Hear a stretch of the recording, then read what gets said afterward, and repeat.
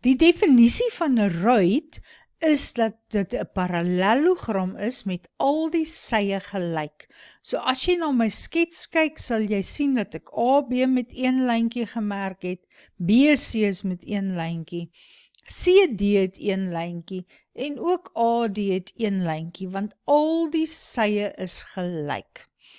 Die ruit is 'n parallelogram, so dit het al die eienskappe van 'n parallelogram.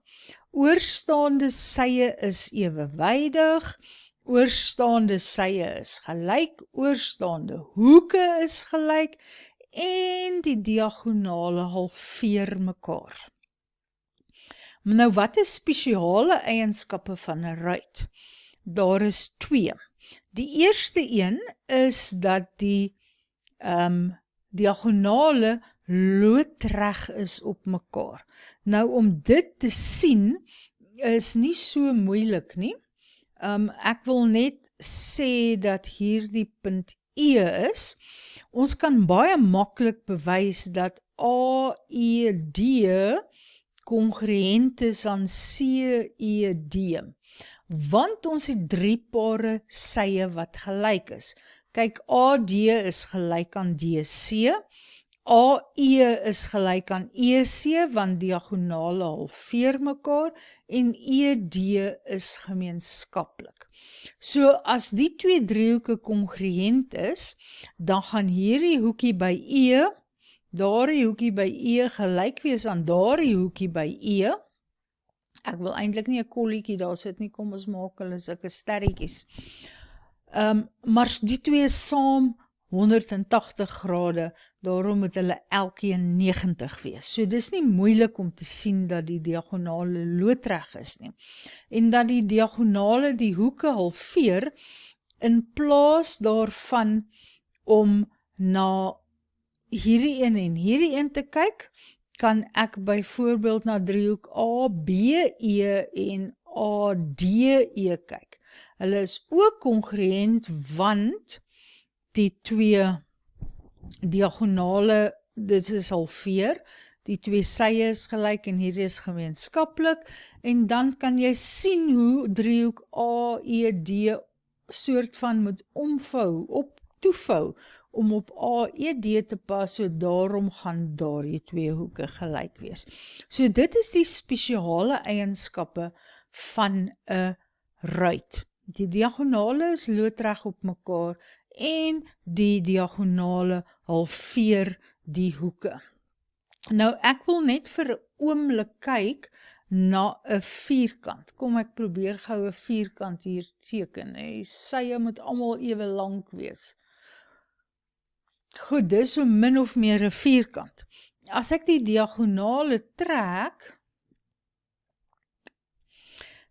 lyk hulle so. En vir 'n vierkant weet ek ook dat al 4 die sye gelyk is. Ek weet ook dat die diagonale loodreg is. Maar vir 'n vierkant is die diagonale ook gelyk, wat nie so is vir 'n ruit nie. Jy kan sien dat BD baie langer is as AC. Onthou ook vir 'n vierkant was al hierdie hoekies 45 grade. So by 'n ruit word die hoekies nog steeds halveer, maar hulle is nie meer 45 grade nie, want hierdie hoek hier is nie 90 nie, en so ook is hierdie hoek nie 90 nie. Maar die 2 gaan wel ewe groot wees. Nou om te bewys dat 'n vierhoek 'n ruit is, eerstens moet jy bewys is 'n parallelogram, want uit die definisie van 'n ruit is dit 'n parallelogram, en dan moet jy van die spesiale eienskappe ook bewys. Jy moet eerstens bewys dat 2 aangrensende sye gelyk is, want ons weet dit is wat nodig is vir 'n ruit. Die sye moet gelyk wees.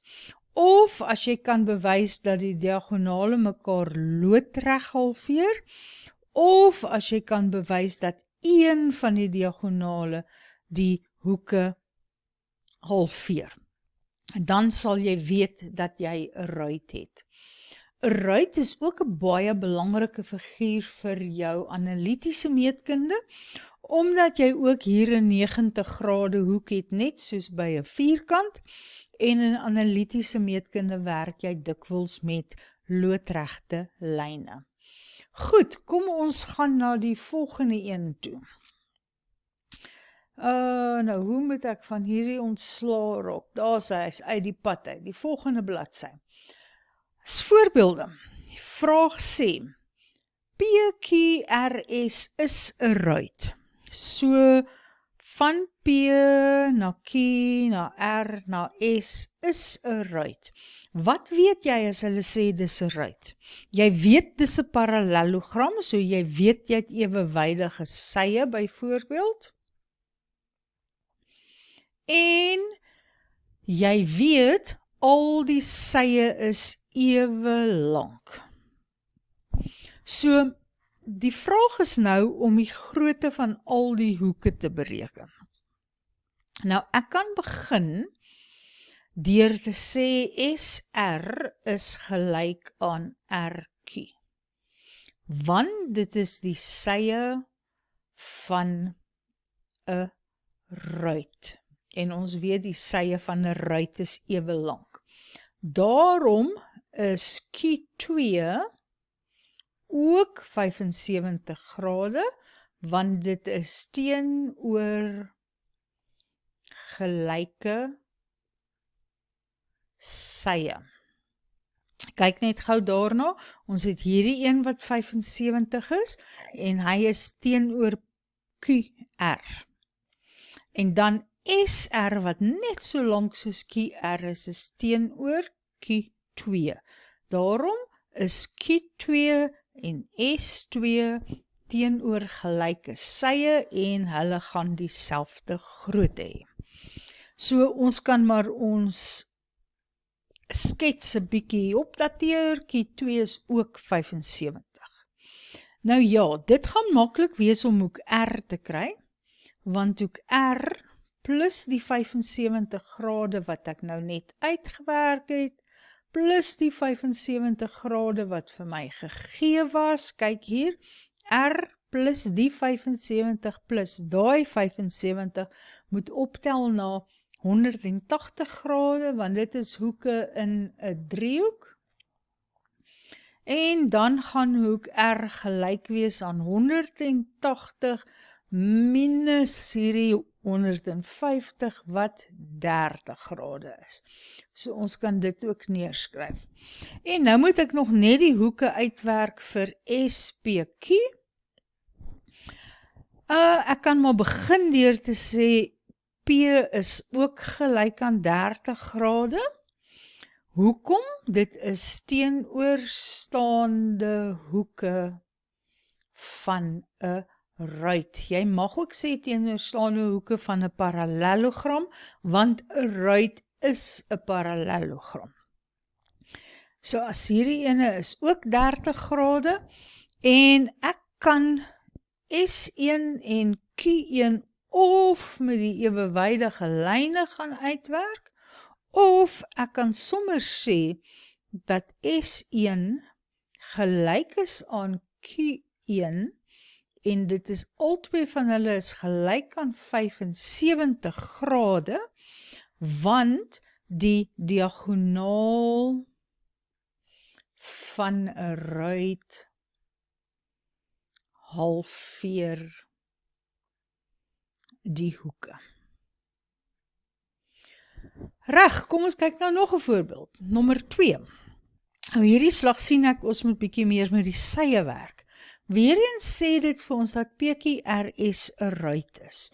So ons weet PQRS is 'n ruit, so ons weet al 4 sye is ewe lank. Ons weet ook dat hierdie 'n parallelogram is, en ons weet dat die diagonale loodreg op mekaar is. Hulle wil hê ons moet die lengte van SQ bereken. So hierdie hele lengte is wat ek wil bereken, SQ. Nou, omdat ek 'n 90 grade driehoekie het, sal ek graag die Pythagoras se stelling wil gebruik. Nou hulle sê vir my dat RT, hier RT is 24 en verder sê hulle vir my dat PQ 26 is. Maar as PQ 26 is RQ ook 26. So kom ons skryf dit net eers neer. RQ is gelyk aan 26 want die sye van 'n ruit is gelyk. So dit lyk vir my op die oomblik of ons kan werk met hierdie driehoekie. Want ek ken reeds 2 sye. En ek weet dat hierdie hoek 90 grade is, want die diagonale van 'n ruit is loodreg op mekaar. So kom ons skryf neer in driehoek RQT, want dis nou waar ek besluit het om te werk. Jy kan ook in ander driehoeke werk.